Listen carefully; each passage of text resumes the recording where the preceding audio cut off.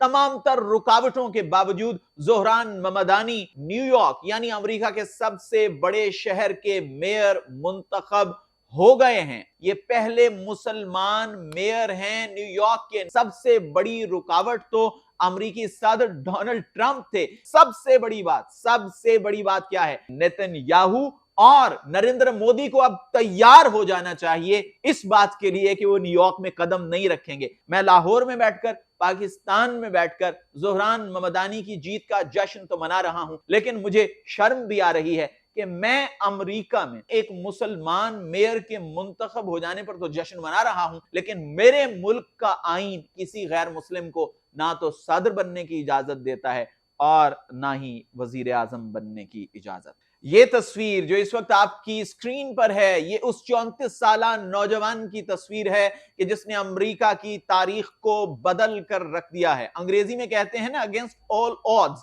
तमाम तर रुकावटों के बावजूद ज़ोहरान ममदानी न्यूयॉर्क यानी अमेरिका के सबसे बड़े शहर के मेयर मुंतखब हो गए हैं। और उनके सामने बहुत सी रुकावटें थीं। सबसे बड़ी रुकावट तो अमेरिकी सदर डोनाल्ड ट्रंप थे, जिन्होंने एक सुपर पावर का सदर होने के बावजूद एक शहर के मेयर के इंतखाब पर असरअंदाज होने की भरपूर कोशिश की। और उनका जो आखिरी बयान था इस इलेक्शन से पहले, वो क्या था कि अगर ये कम्युनिस्ट, उन्होंने ज़ोहरान ममदानी को कम्युनिस्ट कहा। आगे जाकर हम बात करेंगे कि उन्होंने ऐसा क्यों कहा, कि अगर ये मुंतखब हो जाता है तो फिर वो न्यूयॉर्क को यानी अमेरिका के सबसे बड़े शहर को कुछ खास फंडिंग नहीं करेंगे। लेकिन इसके बावजूद ज़ोहरान ममदानी इलेक्ट हो गए। ये पहले मुसलमान मेयर हैं न्यूयॉर्क के। न्यूयॉर्क की तारीख का पहला मुसलमान मेयर ज़ोहरान ममदानी, जिसके खानदान का ताल्लुक युगांडा से है। युगांडा से इनका खानदान अमेरिका गया और फिर ज़ोहरान ममदानी की सूरत में एक ऐसा नौजवान हमारे सामने आता है कि जिसने तमाम तर जो रिवायतें थी उनको तोड़कर रख दिया और फिर एक पॉपुलर मेयर के उम्मीदवार के तौर पर सामने आए। पहले उन्होंने क्या किया कि प्राइमरी इलेक्शन में उन्होंने अपनी ही जमात के जो उम्मीदवार थे मेयर के, उनको शिकस्त दी, लेकिन वो उम्मीदवार बाज नहीं आए। साबिक गवर्नर भी रह चुके थे, उन्होंने फिर भी इलेक्शन लड़ा, लेकिन कोमो को शिकस्त का सामना करना पड़ा। हालांकि डोनाल्ड ट्रंप ने कोमो को हिमायत का यकीन दिलाया था। ये बिलवास्ता हिमायत थी जिसको कोमो ने खुद ही कबूल नहीं किया था, बल्कि उन्होंने कहा था कि ये मेरी हिमायत नहीं बल्कि ज़ोहरान ममदानी की मुखालिफत है। अब सवाल ये पैदा होता है कि आखिर ज़ोहरान ममदानी की इतनी मुखालिफत थी क्यों? मीडिया को देख लें, आप वहां के फंडामेंटलिस्ट को देख लें, आप अमेरिकी सदर को देख लें, वो सब उसके खिलाफ थे क्यों? तो उसकी बड़ी वजह तो जनाब ये है कि ज़ोहरान ममदानी सोशलिस्ट डेमोक्रेट है। और आपको यकीनन इस बात का पता होगा, तफसील से इस पर बात करने के लिए एक अलग निशस्त दरकार होगी कि अमेरिका में कैपिटलिज्म है, सरमायादाराना निजाम है, लेकिन ज़ोहरान ममदानी क्या है? सोशलिस्ट हैं। तो उनके नजरियात आप देखिए, वो क्या कहते हैं कि वो अमीरों पर टैक्स लगाएंगे, वो जो किराए हैं उनको कम करेंगे, वो अमीरों पर टैक्स लगाकर जो आम वर्कर है, जो वर्किंग क्लास है, उसको फायदा देंगे। तो ये तमाम तर नजरियात किसके हैं? सोशलिज्म के नजरियात हैं।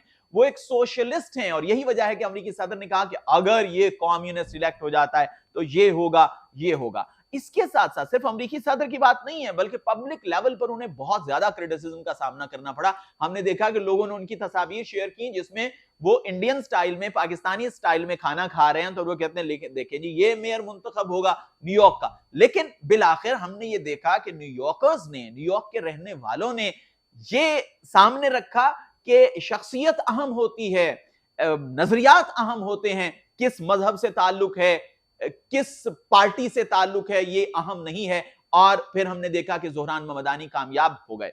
अब सवाल यह है कि ज़ोहरान ममदानी के जो नजरियात हैं, पॉलिटिकल नजरियात, उनमें सबसे बड़ी बात क्या है कि वो गजा के हवाले से बिल्कुल अपना क्लियर मौक़िफ़ रखते हैं। वो गुजरात के मैसेकर के हवाले से अपना क्लियर मौक़िफ़ रखते हैं। यानी दूसरे लफ्जों में हमें यह कहना चाहिए कि नेतन्याहू और नरेंद्र मोदी को अब तैयार हो जाना चाहिए इस बात के लिए कि वो न्यूयॉर्क में कदम नहीं रखेंगे। बिकॉज ये रिपोर्ट हुआ कि ज़ोहरान ममदानी ने कहा था कि अगर नेतन्याहू न्यूयॉर्क में आते हैं तो न्यूयॉर्क पुलिस उनको गिरफ्तार कर लेगी, क्योंकि उनके खिलाफ तो आलमी सतह पर उन्हें जंगी मुजरिम करार दिया जा चुका है। और अगर हम गुजरात मैसेकर की बात करें तो इस हवाले से भी ज़ोहरान ममदानी अपनी थॉट्स रिवील कर चुके हैं कि वो मोदी को इसका जिम्मेदार समझते हैं। लेकिन जो बड़े चैलेंजेस उनके सामने होंगे वो न्यूयॉर्क के डोमेस्टिक चैलेंजेस हैं। न्यूयॉर्क के अंदर उन्होंने जो इस्लाहात मुतारिफ करानी है, जाहिर है वो सिर्फ और सिर्फ अकेले कुछ नहीं कर सकेंगे, उन्हें बहुत से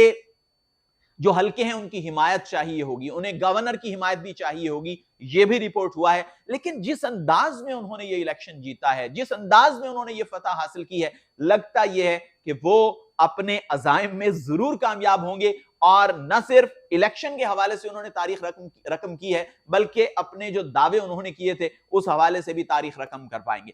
लेकिन इस वक्त जो मीडिया पर बहस हो रही है वो ये हो रही है कि क्या वाकई वो नेतन्याहू के हवाले से अपना मौक़िफ़ कायम रख पाएंगे, क्या वाकई वो मोदी के हवाले से अपना मौक़िफ़ कायम रख पाएंगे। चलें, मौजूदा जो ताल्लुकात हैं उनके तनाजुर में मोदी की बात तो मान भी ली जाए, लेकिन नेतन्याहू, इसराइल और अमेरिका के माबैन जो शिराकत है उसको देखना और फिर ये सोचना कि अगर न्यूयॉर्क में जाते हैं नेतन्याहू तो न्यूयॉर्क पुलिस उनको गिरफ्तार कर लेगी, ये बहुत बड़ा चैलेंज होगा उनके लिए। लेकिन मेरी नजर में न्यूयॉर्क पुलिस उन्हें गिरफ्तार न करे, जब वो मेयर नहीं थे और जिन ख्यालात का इजहार उन्होंने किया, मेरे ख्याल में इतना ही काफी है, इतना ही काफी है कि उन्होंने कहा कि न्यूयॉर्क पुलिस उन्हें गिरफ्तार करेगी अगर मैं मेयर बन जाता हूं। और फिर उससे बड़ी बात यह है कि न्यूयॉर्कर्स ने इस बयान के बावजूद उनको इलेक्ट किया है। इसका मतलब यह है कि न्यूयॉर्कर्स की अक्सरियत भी यही सोचती है जो जोहरान ममदानी सोचते थे। लेकिन आखिरी बात आपसे करना चाहूंगा, मैं लाहौर में बैठकर, पाकिस्तान में बैठकर जोहरान ममदानी की जीत का जश्न तो मना रहा हूं, लेकिन मुझे शर्म भी आ रही है कि मैं अमेरिका में एक मुसलमान मेयर के मुंतखब हो जाने पर तो जश्न मना रहा हूं, लेकिन मेरे मुल्क का आईन किसी गैर मुस्लिम को ना तो सदर बनने की इजाजत देता है और ना ही वजीर आजम बनने की इजाजत। अगली वीडियो में आपसे फिर मुलाकात होगी, तब तक के लिए खुदा हाफिज़।